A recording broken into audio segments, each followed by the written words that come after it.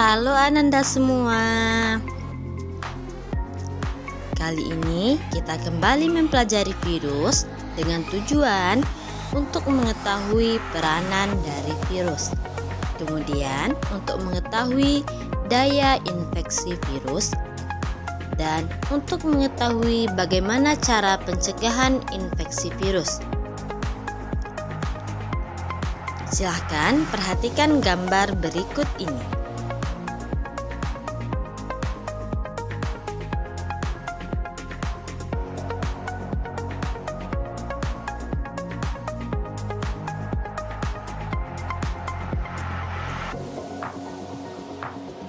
Setelah mengamati kedua gambar di atas, fenomena apakah yang Ananda lihat?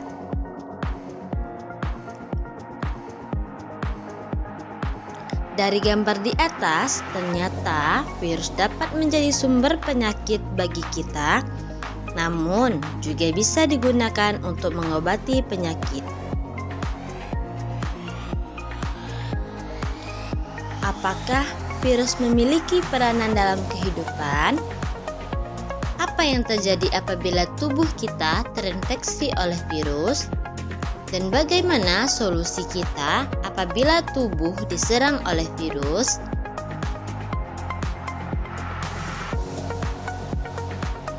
Agar dapat menjawab pertanyaan di atas, siswa akan melakukan diskusi secara berkelompok. Siswa disilahkan duduk berdasarkan kelompok yang telah dibentuk sebelumnya dan diberikan LKPD.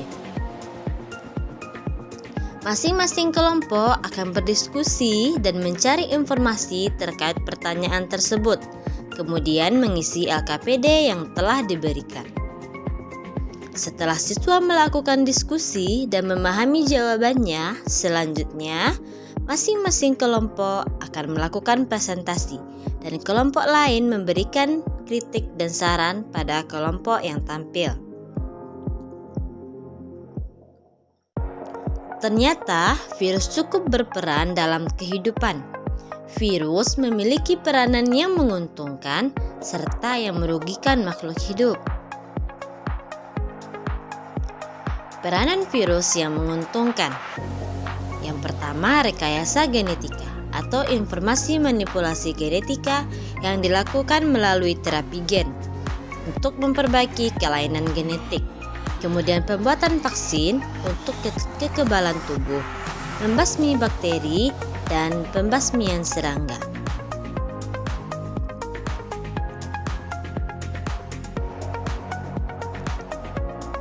Kemudian peranan virus yang merugikan bagi manusia.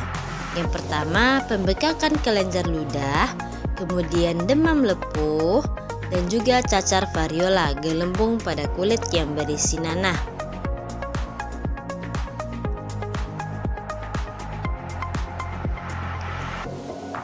Kemudian ada cacar air varicella, yaitu timbulnya vesikula pada kulit dan selaput lendir yang umumnya terjadi pada anak-anak. Kemudian ada cacar air pada orang dewasa dan juga gangguan fungsi hati dan juga fungsi empedu.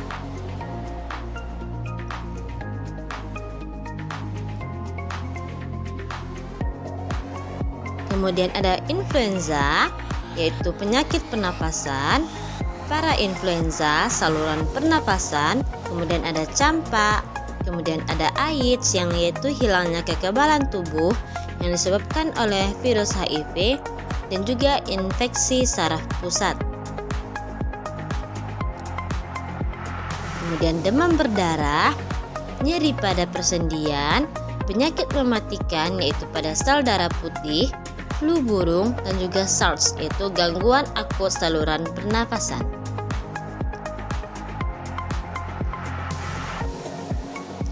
Selain pada manusia, virus juga menyebabkan penyakit pada hewan, yaitu adanya rabies, mulut dan kuku, yang munculnya vesikula pada organ mulut, kemudian adanya lesu dan juga dehidrasi pada hewan, kemudian hilangnya keseimbangan dan terdapatnya tumor.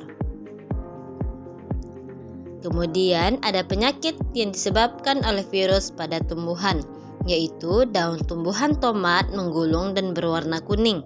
Kemudian tanaman kerdil pada padi dan juga bercak-bercak kuning pada daun yang diakibatkan oleh virus. Pernahkah kamu mendengar COVID-19?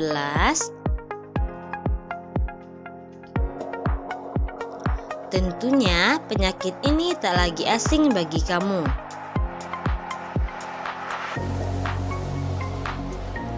Ternyata COVID-19 sangat berdampak bagi kehidupan manusia. COVID-19 disebabkan oleh virus SARS dan juga MERS yang dapat menular melalui dahak, kontak langsung dengan penderita, dan berada di ruangan yang tertutup bersama si penderita. Beberapa gejala pada penderita COVID-19 yang pertama demam, batuk kering, sesak nafas, diare, sakit kepala, dan hilangnya pengecap rasa dan penciuman. Ternyata virus yang telah menyerang tubuh kita dapat diobati dengan beberapa cara. Yang pertama ada vaksin virus, baik vaksin virus mati atau virus yang dilemahkan. Ada interferon, ada kemoterapi antivirus.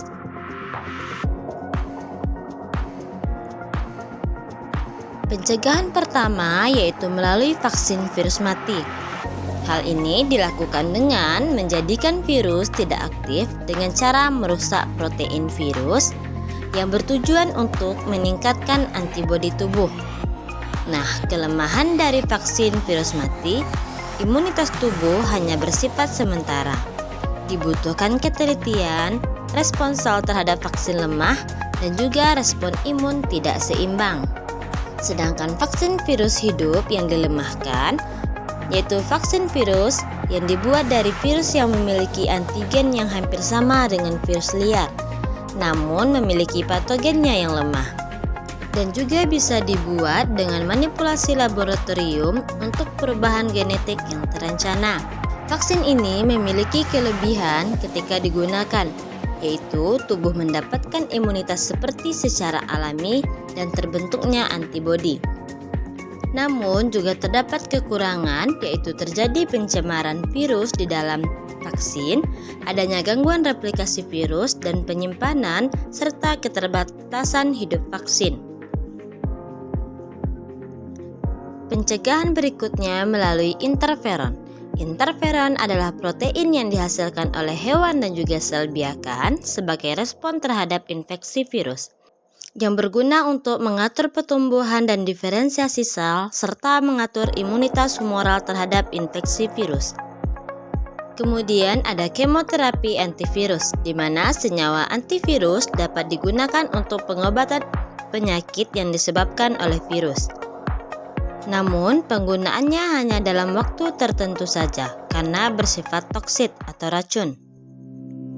Berdasarkan diskusi tadi, siapakah yang dapat menyimpulkan pembelajaran kita hari ini?